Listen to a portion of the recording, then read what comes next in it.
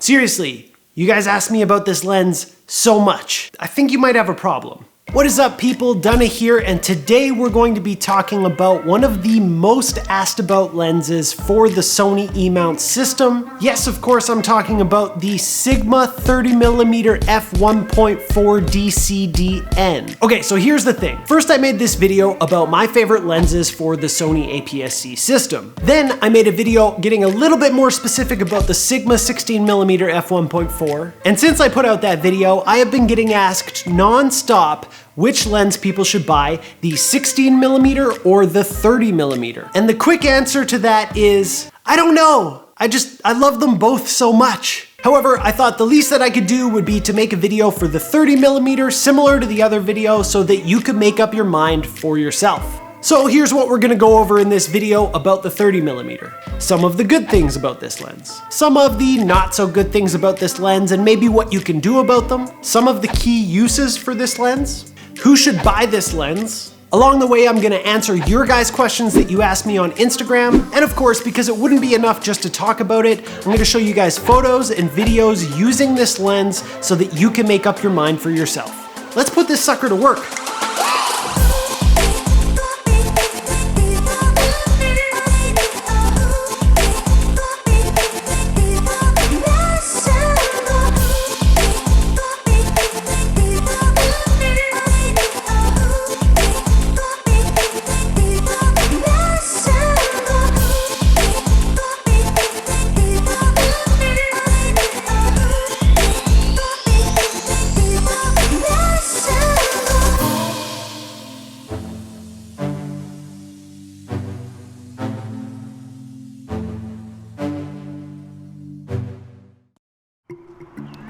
So first of all, let's talk about the 30mm focal length. 30mm on a crop size sensor is going to be 45mm equivalent if it was on a full frame sensor. What that means is that this lens isn't technically a wide lens and it's definitely not a telephoto lens. It's somewhere in that mid-range. A lot of people say that a 50mm is kind of the way that we see the world, so 45 is pretty close. And for that reason, this is one of my favorite lenses to take photos of people and to do street photography, because as you're out walking the street, this is going to give you a very similar kind of view.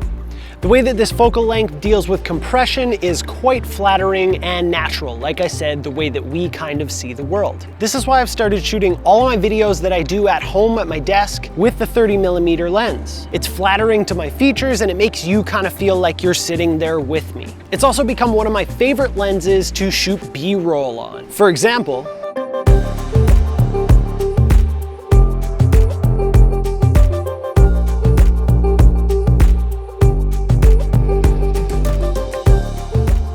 another great thing about this lens is the build quality and the size of it. So like its counterpart, the 16mm, this is made of almost all metal. There's a little bit of plastic on the front, but it's not a whole lot. The focus ring has a rubber grip on it, which is really nice and it's super smooth. In previous versions of the firmware, there was a problem with the manual focusing, but they seem to have fixed that with a firmware update. So if you're having trouble with this lens, make sure you go update the firmware. It's not a huge lens, which is super nice, especially if you're doing street shooting with it. It's a little bit less conspicuous. Now, of course, what would be a lens review if we didn't talk about quality and sharpness? Now, when this first came out, it was kind of a big deal because on DxOMark.com, it was the top rated lens for Sony E Mount APS-C size cameras. It had the highest overall score, and I'm pretty sure the highest sharpness rating as well. And in my personal opinion, the colors and the sharpness that this produces make this one of my favorite lenses that I've ever used. Even with the aperture at f1.4 to get that nice creamy bokeh, the sharpness is incredible from corner to corner.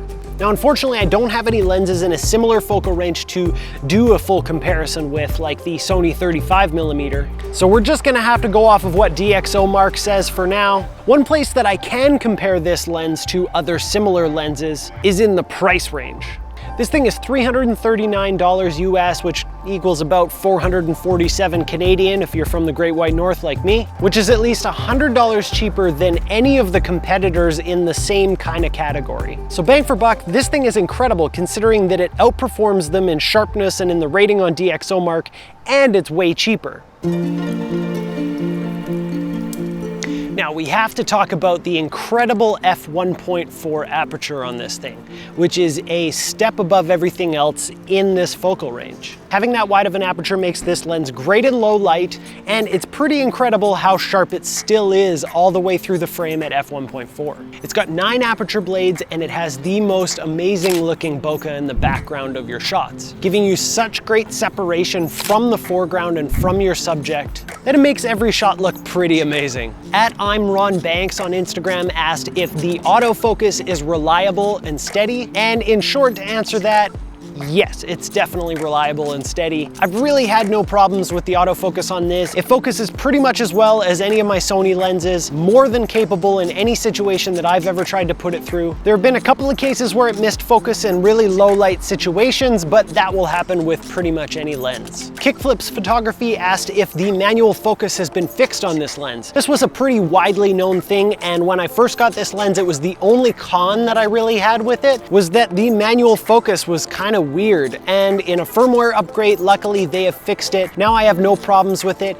It's still focus by wire, as all these lenses are, so if you're not into that, just a warning. But if you're used to focus by wire, it does a great job. The focus ring is nice and smooth, and like I said, it's got that kind of rubber grip on the outside, so it's nice to use. Now, one of the things that's going to turn people off of this lens, unlike its competitor, the Sony 35mm, it doesn't have optical steady shot in it. So there is no stabilization in this lens. So if you're a shooter on the A5000, 5100, 6000, or 6300, you want to be a little bit careful with this when you're shooting video especially, because potentially you could get those little bit of micro jitters in your hands. The longer the focal length, the more you might see it. So compared to the 16mm, you're going to see those little handshakes a little bit more on the 30mm. Now in my video about the 16mm lens, I gave a couple of potential ways that you could get around that. For example, use a tripod, put a strap around your neck and pull it tight, or if you don't have a strap,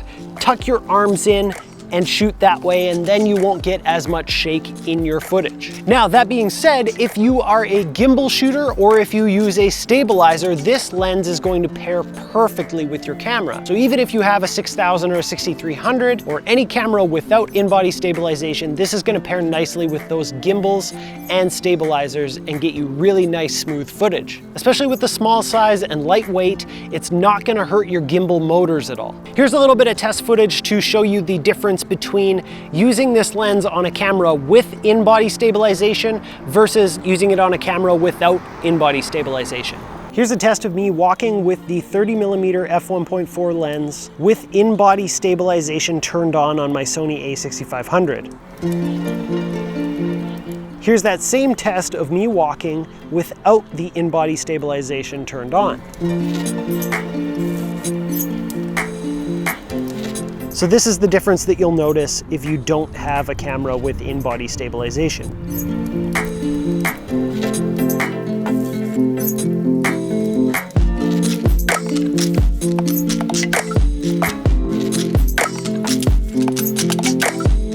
Now, iAppleGeek over on Instagram asked a very interesting question. He said, are you ever in the situation where you have to swap lenses out because you can't zoom? From personal experience, yes, absolutely. If you're on a 30mm lens and you want something wider, you're gonna have to put a wider lens on. That being said, if you're shooting JPEGs or if you're shooting video and you wanna zoom in, you can actually use Sony's clear image zoom and get a really great quality shot. I honestly don't use this feature much because I shoot RAW, and it also doesn't work when you're shooting in slow motion. So generally I'll just move closer or I'll swap it out for a zoom lens. This is pretty much the same predicament that you would run into if you were using any prime lens versus any zoom lens. So now the final question is, should you buy this lens? Is it worth it? Who's it for? In my opinion, this is a great all-around lens. I love to use it for portraits. I love to use it for street photography. I love to use it for video work. I love to get my B-roll sequences with it. It's a really versatile lens. If you're a video shooter and you're looking for a great mid-range lens, especially if you have a Sony a6500 with the in-body stabilization, or you run on a gimbal a lot of the time,